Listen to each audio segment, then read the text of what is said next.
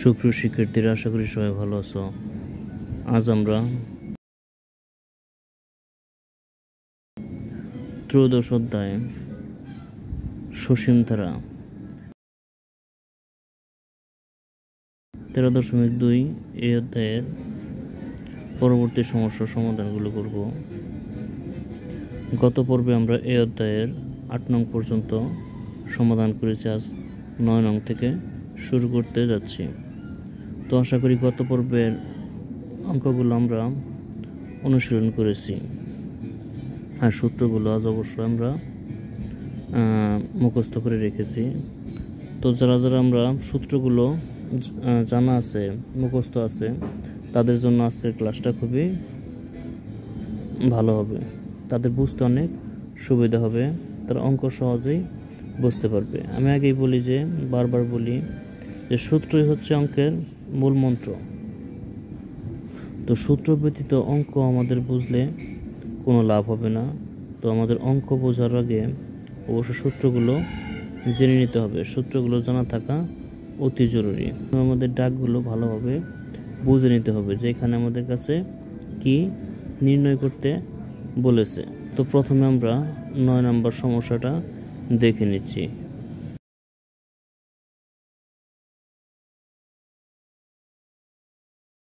নয় নম্বর সমস্যায় আমাদের বলা হয়েছে 1/√2 - 1/√2 ধারাটির কোন পদ 8√2। তো খেয়াল করো, এখানে কিন্তু আমাদের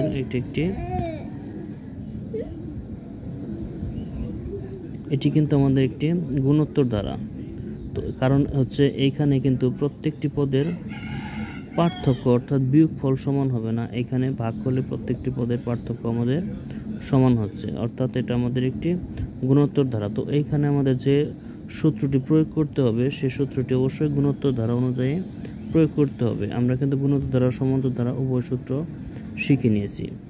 এইখানে বলা হয়েছে যে ধারাটির কোন পদ 8√2, অর্থাৎ কি বলেছিলাম সমান্তর ধারা যখন করেছিলাম যে যদি কোনো ধারার ক্ষেত্রে কোন পদ এত জিজ্ঞেস করা হয়, তার মানে সেখানে হচ্ছে ওই ধারাটির ওই পদ সংখ্যাটা হচ্ছে শেষ পদ অর্থাৎ হচ্ছে nতম পদ, অর্থাৎ আমাদের এখানে nতম পদের সূত্র প্রয়োগ করতে হবে। তো আমরা প্রথমে ধারাটির প্রথম পদ এবং সাধারণ অনুপাত নির্ণয় করে নিচ্ছি।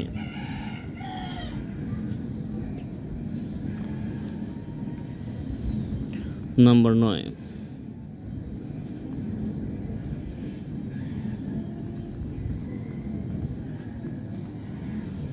প্রথম পদ a ইকুয়াল দেওয়া আছে কত আমাদের 1/√2। তো এটা কিন্তু প্রথম পদের মান দেওয়া আছে, যেহেতু গুণোত্তর ধারা, তো আমাদের কি নির্ণয় করতে হবে সাধারণ অনুপাত। সাধারণ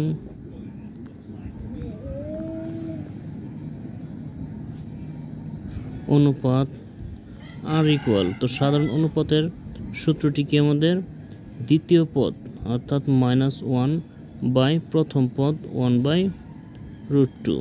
তো এইখানে খেয়াল করো, ভগ্নাংশের উপর যদি আরেকটি ভগ্নাংশ থাকে তো আমাদের প্রথম ভগ্নাংশ ঠিক থাকে, অর্থাৎ উপরের ভগ্নাংশটা আমাদের ঠিক থাকবে। এখানে আছে -1, এটা ঠিক থাকলো। আর নিচের যে ভগ্নাংশটা, এটা ভাগের পরিবর্তে আমাদের গুণ হয়ে এটা পরিবর্তন হবে। √2 যাবে লবের অংশে, লব আসবে হরের অংশে, অর্থাৎ √2/1 হবে। তো আমাদের যেহেতু লবের অংশে 1 ভ্যালু নেই, তো আমরা শুধু √2 লিখব, কারণ √2 এর লব অলরেডি আমাদের কি 1 আছে, এটা আমাদের জানা আছে। তাই এখানে 1 লেখার কোনো প্রয়োজন নেই, লিখলেও সমস্যা নেই, কিন্তু প্রয়োজন নেই। তো এখন -1 দ্বারা √2কে গুণ করলে হচ্ছে আমাদের -√2, অর্থাৎ আর এর মান পেলাম আমরা -√2।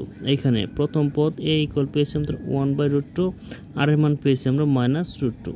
এখন ওরা কি দিয়ে দিয়েছে, দিয়ে দিয়েছে এখানে 8√2। এই পদটি কত নম্বর পদ, অর্থাৎ এই ধারাটির শেষ পদ দেওয়া আছে আমাদের 8√2 শেষ পদ, অর্থাৎ nতম পদ। nতম পদের মান হচ্ছে 8√2। তো আমরা লিখে নেব এখানে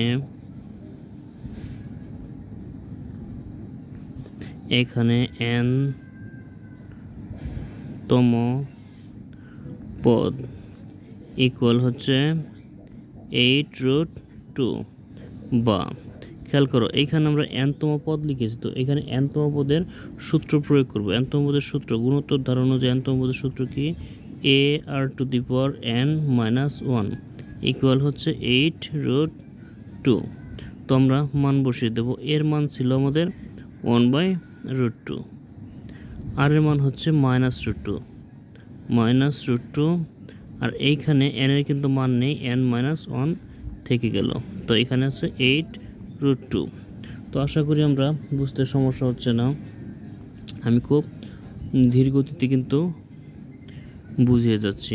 তো এখানে খেয়াল করো 1/√2 এই অংশের সাথে আমাদের গুণ আকারে আছে, তো এই অংশটা যদি আমরা এই পাশে নিয়ে আসি পক্ষান্তর করে, তো এটা কিন্তু তার সম্পর্ক বিপরীত হয়ে আসবে। এখানে গুণ আছে, এই পাশে আসলে ভাগ হয়ে আসবে, অর্থাৎ এখানে থাকছে কত আমাদের -√2n-1। ওকে, এখন খেয়াল করো বলছিলাম কি যদি কোনো ভগ্নাংশ ভাগ আকারে আসে তো সেটা কিন্তু গুণ, যদি এটা কোনো ভগ্নাংশ না থেকে এমনি সাধারণ একটা সংখ্যা থাকতো তো সরাসরি আমাদের ভাগ হয়ে নিচে চলে আসতো, কিন্তু ভগ্নাংশ যদি ভাগ হয়ে আসে তো সেক্ষেত্রে কি ভগ্নাংশটা গুণ হয়ে পরিবর্তন হয়ে যায়। তো এখানে ছিল 8√2, ভগ্নাংশটি ভাগ হয়ে আমাদের পরিবর্তন হবে, অর্থাৎ √2 যাবে উপরে, 1 আসবে নিচে, তো নিচের 1-এর আমাদের ভ্যালু নেই, তো আমরা শুধু লিখব √2।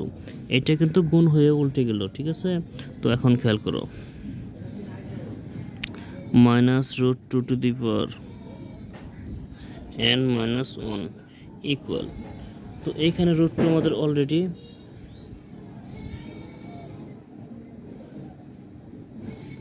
দুইটা দেয়া আছে, আর এখানে আছে কত আমাদের 8। তো এখন 8কে ভাঙলে আমরা 3টা 2 পাই। 8কে ভাঙলে কয়টা 2 পাই? 3টা। যেমন হচ্ছে আমি দেখাচ্ছি, এইখানে আছে 8, তো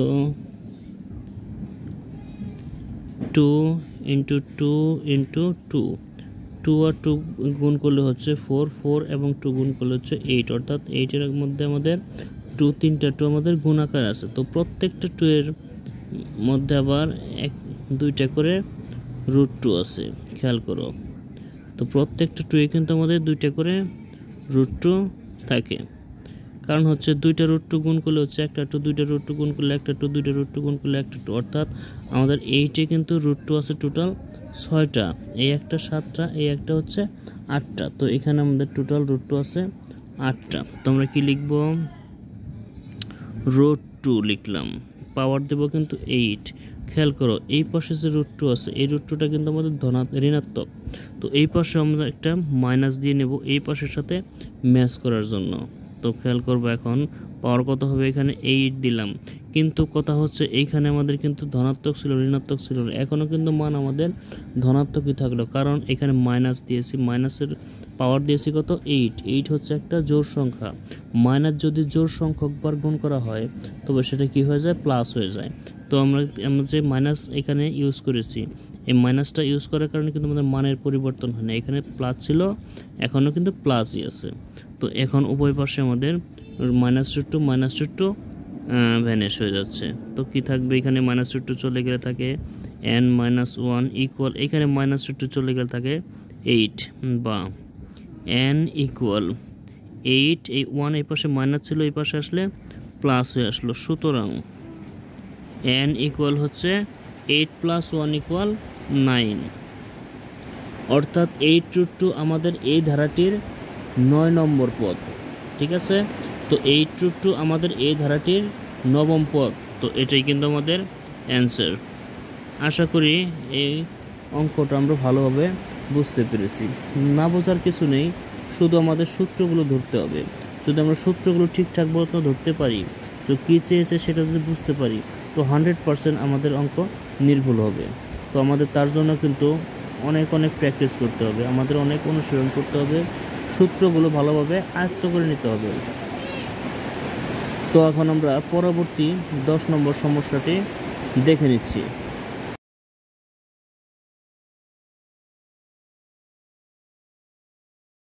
সুপ্রিয় শিক্ষার্থীরা, আমাদের 10 নং সমস্যায় বলা আছে 5 + x + y + 135 গুণোত্তর ধারাভুক্ত হলে, এইখানে গুণোত্তর ধারা উল্লেখ করা আছে, তার কারণ হচ্ছে এই ধারাটির প্রথম পদ তো দেওয়া আছে কিন্তু দ্বিতীয় পদ এবং তৃতীয় পদ দেওয়া নেই। তো এইখানে আমরা এটা বিয়োগ করে মিল হবে নাকি ভাগ করে মিল হবে সেটা বোঝার কিন্তু কোনো উপায় নেই। তার জন্য যে ধারাটি আমরা মনে করো যে ধারা থেকে আমরা কোনো সিদ্ধান্তে পৌঁছাতে না পারবো, সেই ধারাটি ওরা বলে দেবে যে এটা গুণোত্তর ধারা নাকি সমান্তর ধারা। এটা নিয়ে দুশ্চিন্তা করার কোনো কারণ নেই। তো এইখানে আমাদের গুণোত্তর ধারা অনুযায়ী সূত্র প্রয়োগ করে মান নির্ণয় করতে হবে। কার মান?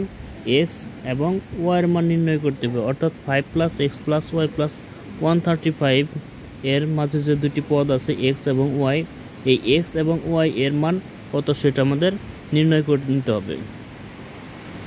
তো নাম্বার 10। তো এখানে প্রথম পদ দেওয়া আছে, আমরা প্রথম পদটা নিয়ে নিচ্ছি। প্রথম পদ দেওয়া আছে কত? a = 5। যেহেতু দ্বিতীয় পদ দেওয়া নেই তো সাধারণ অনুপাতটা আমাদের ধরে নিতে হবে, মান বের হবে না। সাধারণ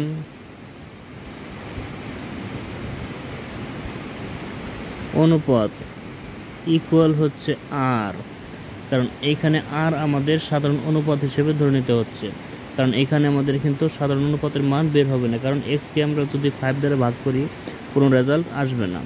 এখন খেয়াল করো, এই ধারাটির চতুর্থতম একটা পদ দেওয়া আছে 135। এটা কত নম্বর পদ? চতুর্থ পদ। তো আমরা লিখব এখানে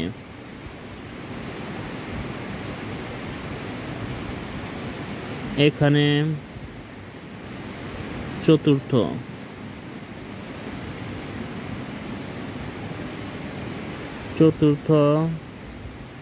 পদ ইকুয়াল হচ্ছে 135 বা। তো চতুর্থ পদের সূত্রটা কি আমাদের?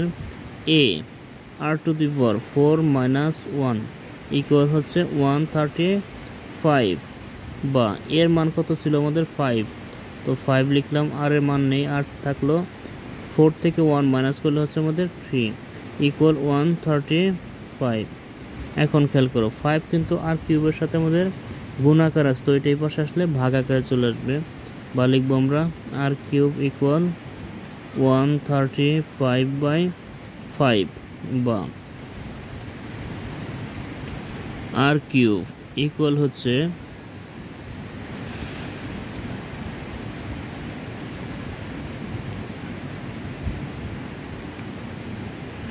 27। তো এইখানে 5 দ্বারা 135কে ভাগ করলে হচ্ছে আমাদের 27। তো এখন খেয়াল করো, আমাদের r³ ইকুয়াল, তো 27কে যদি আমরা ভাঙি, তো 27কে ভাঙলে আমাদের কি পাওয়া যায়? 3 পাওয়া যায়। কয়টি? 3টি। তো 3³ 27-এর পরিবর্তে আমরা কি লিখতে পারি? 3³ এখন খেয়াল করো, উভয় পক্ষে কিন্তু আমাদের পাওয়ার ম্যাচ করেছে, তো পাওয়ার কিন্তু ভ্যানিশ, সুতরাং আমরা লিখবো পাওয়ার চলে গেলে থাকবে r ইকুয়াল, এখানে থাকবে 3, অর্থাৎ r এর মান আমরা কত পেলাম? 3 পেলাম। এখানে প্রথম পদ a ইকুয়াল পেলাম কত আমরা? 5, আর r অর্থাৎ সাধারণ অনুপাতের মান পেলাম কত আমরা? 3। এখন শুধু x y z নয়, এখন যে কোনো তম পদ এবং যে কোনো পদের সমষ্টি আমরা নির্ণয় করতে পারবো, কারণ আমরা এখানে r এর মান অলরেডি এবং কি এর মান পেয়ে গেছি। তো এখন আমাদের নির্ণয় করতে বলা হয়েছে x এবং y এর মান। এখন লিখবো আমরা, সুতরাং দ্বিতীয় পদ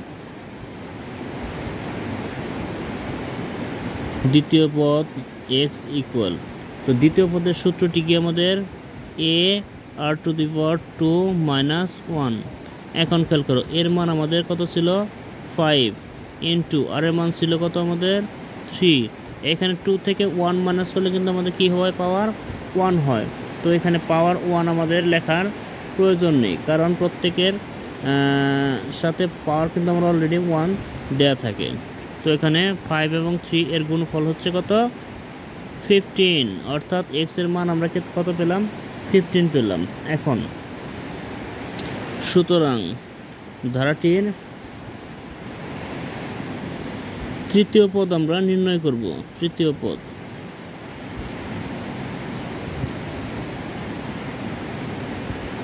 পদের সূত্রটি, তৃতীয় পদ কত ছিল আমাদের? y। তো তো ওয়াই ইকুয়াল কত a r to the power 3 minus 1 equal এর মান 5 ইন্টু আর এর মান হচ্ছে 3, এখানে মাইনাস করলে হচ্ছে 2। তো এখন 5 ইন্টু 3কে স্কোয়ার করলে হচ্ছে 9, তো 9 দ্বারা 5কে গুণ করলে হচ্ছে আমাদের 45। তো খেয়াল করো আমরা এর এক্সের মান পেয়েছি 15 এবং ওয়াইয়ের মান পেয়েছি কত আমরা 45। সুতরাং এক্স ইকুয়াল 15, ওয়াই ইকুয়াল হচ্ছে 45, এটাই কিন্তু আমাদের অ্যান্সার। আশা করি এই সমস্যার সমাধানটা আমরা ভালোভাবে বুঝতে পারছি। তো আমি কিন্তু বারবার বলি যে আসলে অঙ্ক আমাদের কাছে খুবই সহজ লাগবে যখন আমরা সূত্রগুলো ভালোভাবে আয়ত্ত করে নেব। তো এখন আমরা পরবর্তী 11 নং সমস্যাটা দেখে নিচ্ছি।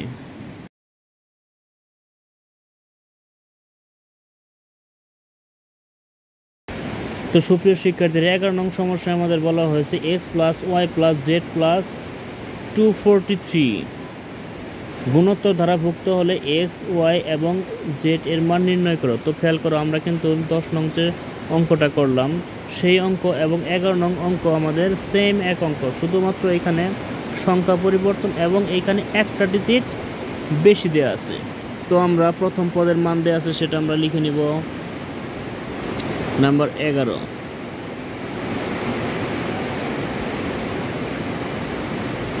প্রথম পদ এর সমান দেওয়া আছে কত আমাদের 3।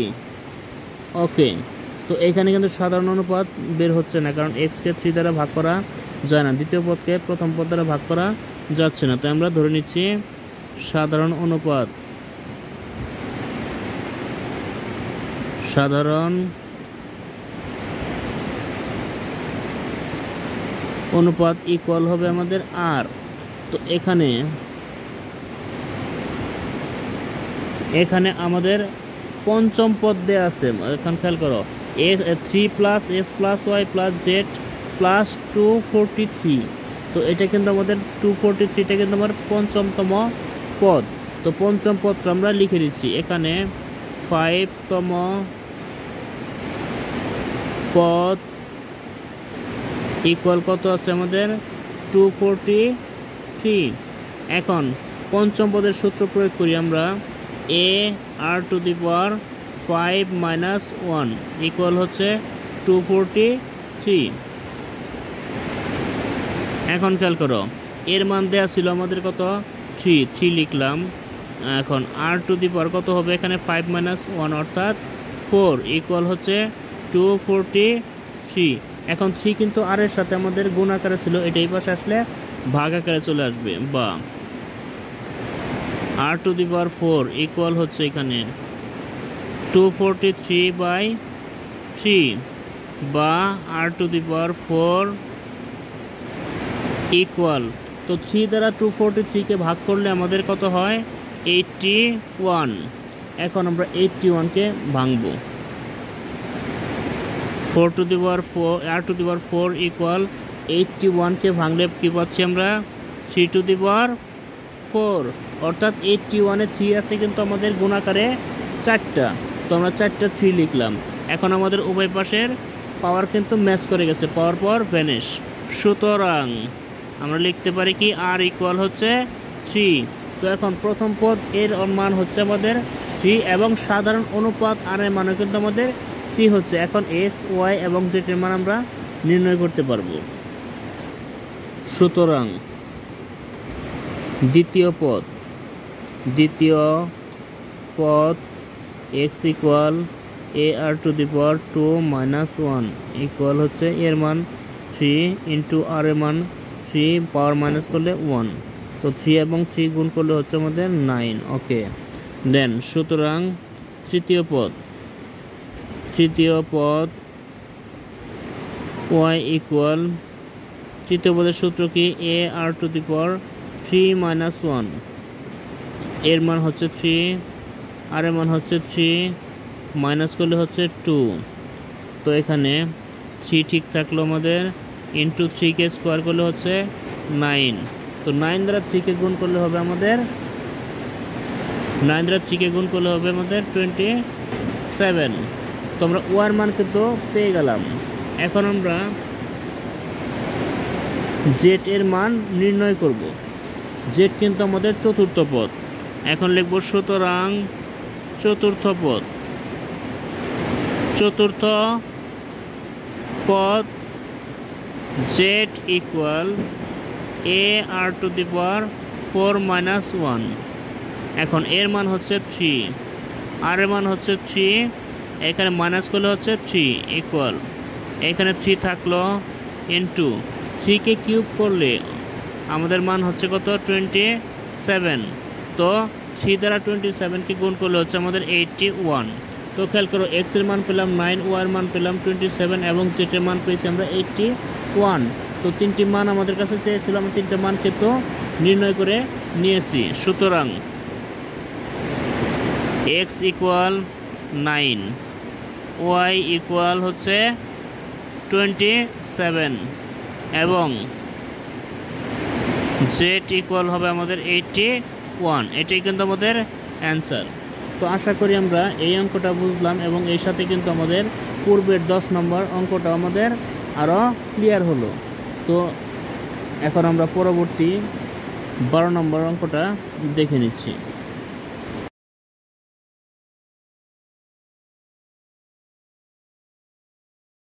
তো সুপ্রিয় শিক্ষার্থীরা, আমাদের 12 নম্বর অঙ্কে বলা হয়েছে 2 - 4 + 8 - 16। তো এই ধারাটির প্রথম 7টি পদের সমষ্টি নির্ণয় করতে বলা হয়েছে। তো খেয়াল করো এইখানে কিন্তু ধারাটি আমাদেরকে পূর্ণরূপে দেয়া আছে, তার জন্য কিন্তু এখানে ওরা ধারার এটা কী ধারা সেটা উল্লেখ করেনি। আমি আগেই বলেছিলাম যে ধারা আমাদের পূর্ণরূপে দেওয়া থাকে তো সেখানে ওরা কিন্তু কখনো বলে দেবেন এটা গুণোত্তর ধারার সূত্র পড়বে নাকি সমান্তর ধারা। কিন্তু ধারা যদি আমাদের মাঝখানে কোনো পদ মিসিং থাকে, দেয়া না থাকে, তো সেই ক্ষেত্রে ওরা বলে দেবে যে এটা কোন ধারার সূত্র আমাদের প্রয়োগ করে মান নির্ণয় করতে হবে। তো এখানে ধারা সম্পূর্ণ দেওয়া ছিল বিধায় আমাদের কিন্তু বলে দেয়নি। তো এখন আমরা প্রথম পদ এবং সাধারণ অনুপাতটি নির্ণয় করে নেব, কারণ এখানে দেখা যাচ্ছে তো এখানে মাইনাস করলে আমাদের প্রত্যেকটি পদের মান সমান হবে না, কিন্তু এখানে ভাগ করলে কিন্তু আমাদের সমান হচ্ছে। কারণ 4কে 2 দ্বারা ভাগ করলে 2 হবে, 8কে 4 দ্বারা ভাগ করলে 2 হবে, 16কে 8 দ্বারা ভাগ করলে আমাদের 2 আসবে। তো আমাদের ভাগ করলে যেহেতু মিলতেছে তো সেই ক্ষেত্রে এটা আমাদের গুণোত্তর দ্বারা, এটা আমরা কনফার্ম। নাম্বার 12 প্রথম পদ। প্রথম পদ এ ইকুয়াল দেওয়া আছে আমাদের 2। যেহেতু গুণোত্তর ধারা তো আমরা লিখব সাধারণ অনুপাত।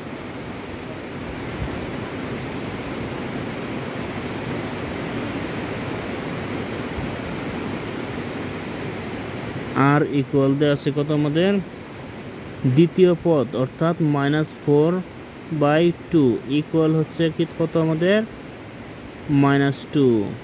কারণ -4কে 2 দ্বারা ভাগ করলে প্লাসে মাইনাসে -2 দ্বারা 4কে 2 বার যায়। এইখানে খেয়াল করো এই যে আমরা আর এর মান পেলাম কত -2, আর এর মান কিন্তু -2 অর্থাৎ ঋণাত্মক মান। আর ঋণাত্মক মান কি হয় আমাদের 0-র চাইতেও ছোটো, অর্থাৎ এটা কিন্তু আমাদের 1-এর চাইতেও 100% ছোটো। এটা কি জন্য বললাম, কারণ এই ধারার ক্ষেত্রে আমাদের সমষ্টির মান চেয়েছে আর সমষ্টির সূত্র হচ্ছে আমাদের দুইটা। একটা আর এর মান যখন 1-এর সাথে বড় হবে তখন এক সূত্র পড়বে, আর আর এর মান যদি 1-এর সাথে ছোটো হয় তখন কিন্তু আমাদের অন্য সূত্র প্রয়োগ করতে হবে। তো এখানে দেখা যাচ্ছে আমাদের আর এর মান কত -2, এটা কিন্তু 1-এর সাথে ছোটো, স্মলার দেন 1, -2 স্মলার দেন কত 1, অর্থাৎ এখানে আমাদেরকে দ্বিতীয় সূত্রটি প্রয়োগ করতে হবে। তো লিখব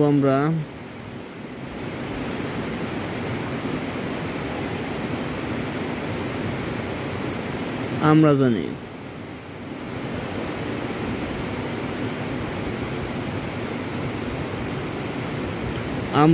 আমরা এখানে কি জানি n সংখ্যক পদের সমষ্টি, n সংখ্যক পদের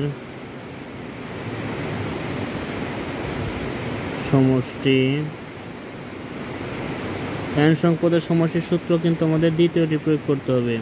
কোনটা a × 1 - r⁴ n/1 - r। এইখানে আর এর মান কিন্তু 1 এর সাথে ছোটো, তার জন্য কিন্তু 1 থেকে আর মাইনাস করা হয়েছে। এখানে আর এর মান যদি বড় থাকতো তাহলে আর থেকে আমরা 1 মাইনাস করতাম।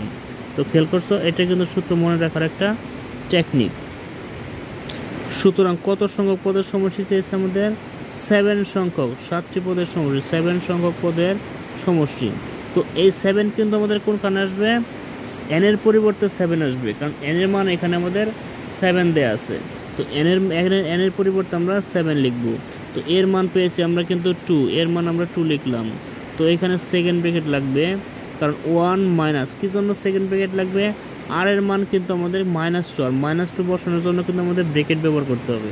আর এইখানে যেহেতু পুরো সংখ্যাটা আমাদের 2 সাথে গুণ সম্পর্ক ছিল, এই গুণ সম্পর্ক রাখার জন্য আমাদের সবটুকুকে একটা সেকেন্ড ব্র্যাকেটের মাধ্যমে আবদ্ধ রাখতে হবে।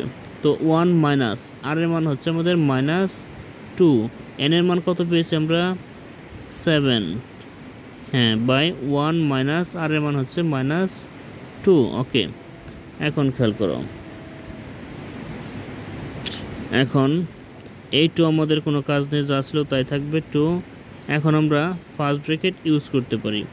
1 কিন্তু আমার 1 ঠিক থাকলো। এখন এই মাইনাস এর পাওয়ার ছিল কত আমাদের? 7। তো মাইনাসের উপর পাওয়ার যদি 7 থাকে, তো মাইনাস কিন্তু বেজোড় সংখ্যক বার। তো মাইনাস যদি জোড় সংখ্যক বার হয় তবে সেটা কি হয়ে যায়? প্লাস হয়ে যায়। কিন্তু মাইনাস যদি বিজোড় সংখ্যক বার হয়, কি জন্য বিজোড় সংখ্যক হলো? মাইনাস, এখানে মাইনাসের উপর পাওয়ার আছে আমাদের 7, অর্থাৎ মাইনাস এখানে 7টা আছে, 7টা মাইনাস গুণ করলে কিন্তু আমাদের মাইনাসই হবে। জোড় সংখ্যক মাইনাস গুণ করলে প্লাস হয়, কিন্তু বিজোড় সংখ্যক মাইনাস গুণ করলে কিন্তু আমাদের মাইনাস হয়। তো গুণ করার পর যে মাইনাস হলো, ওই মাইনাস দ্বারা বাইরের মাইনাসকে আমরা গুণ করব। খেয়াল করো, এই মাইনাস দ্বারা কিন্তু না, আগে এই মাইনাসের সাথে আমরা পাওয়ার করেছি, তো সেটা কি হলো? মাইনাস হলো। ওই মাইনাস দ্বারা এই মাইনাসে গুণ করলে মাইনাসে প্লাস। এখন 2 two the power 7, 2 two the পাওয়ার 7 অর্থাৎ হচ্ছে 128, মানে হচ্ছে এখানে 2 আছে কয়টা? 7টা। তো 7টা 2 গুণ করলে হচ্ছে আমাদের 127।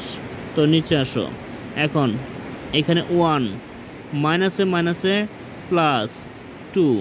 ওকে, ফাইন। এখন এইখানে 2 ইন্টু, তো 1 প্লাস 128 ইকুয়াল হচ্ছে কত? 129 বাই কত হচ্ছে? 3। তো 3 দ্বারা 129কে যদি আমরা ভাগ করি, তো সেই ক্ষেত্রে হচ্ছে 4 আর 3 অর্থাৎ 43। এখন 43কে যদি আমরা 2 দ্বারা গুণ করি, তখন সেই ক্ষেত্রে হবে আমাদের 86। তো খেয়াল করো শিক্ষার্থীরা, আমরা n সংখ্যক পদের সমষ্টির সূত্র এখানে প্রয়োগ করে নিয়েছি। n সংখ্যক পদের সমষ্টির সূত্র হচ্ছে a into 1 minus r to the power n by 1 minus r. তো n সংখ্যক পদের সমষ্টির সূত্রের ক্ষেত্রে গুণোত্তর দ্বারা দুইটা সূত্র, একটা হচ্ছে 1 minus a into 1 minus r to the power n by 1 minus r, এবং কি আরেকটি সূত্র হচ্ছে a into r to the power n minus 1 by r minus 1। তো এই দুইটি সূত্রের মধ্যে কখন কোনটি আমাদের প্রয়োগ করতে হবে? যখন, অর্থাৎ যে অঙ্কের ক্ষেত্রে আমাদের আর এর মান 1 অপেক্ষা ছোট থাকবে, তো সেই অঙ্কে আমাদের এই সূত্র প্রয়োগ করতে হবে। কিন্তু এইখানে আর এর মান যদি -2 থেকে শুধু 2 থাকতো, অর্থাৎ ধনাত্মক সংখ্যা হতো, তবে এটা কিন্তু অবশ্যই আমাদের a into r to the power n minus 1 by r minus 1 এই আকারে সূত্র প্রয়োগ করতে হতো। তো সূত্র প্রয়োগ করার পর আমরা কিন্তু যথারীতি যে মানগুলো দেওয়া আছে সেই মানগুলো আমরা বসিয়ে ক্যালকুলেশন করে দিয়েছি। যেমন এর মান ছিল আমাদের 2, তারপর গুণ সম্পর্ক প্রকাশ করার জন্য আমরা সেকেন্ড ব্র্যাকেট ইউজ করলাম, তারপর 1 মাইনাস এই আর এর মান ছিল আমাদের -2, আর এর মান কিন্তু -2। ওকে, -2 লিখলাম। তো আর এর উপর পাওয়ার ছিল আমাদের কত? n। দেন এখন এই 1 থাকলো মাইনাস, আর এর মান হচ্ছে -2। খেয়াল করো, এইটুকু কিন্তু থাকলো 1। তো মাইনাসকে পাওয়ার করলে মাইনাস হয়, মাইনাস দ্বারা এই মাইনাসে গুণ করলে হচ্ছে প্লাস 2 টু দি পাওয়ার 7 অর্থাৎ হচ্ছে 128। এখন 128 প্লাস হচ্ছে 1 যোগ করলে হচ্ছে কত? 129।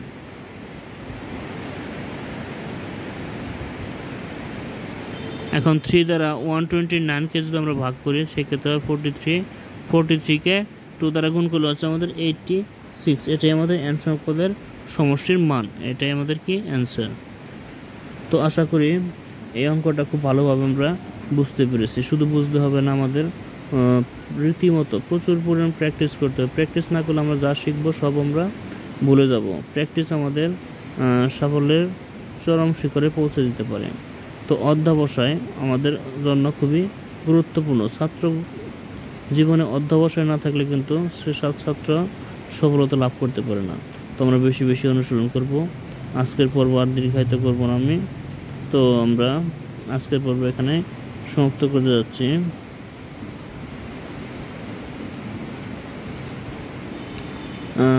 ভালো থেকো সবাই, সবার জন্য অনেক অনেক শুভকামনা রইল। ধন্যবাদ সবাইকে।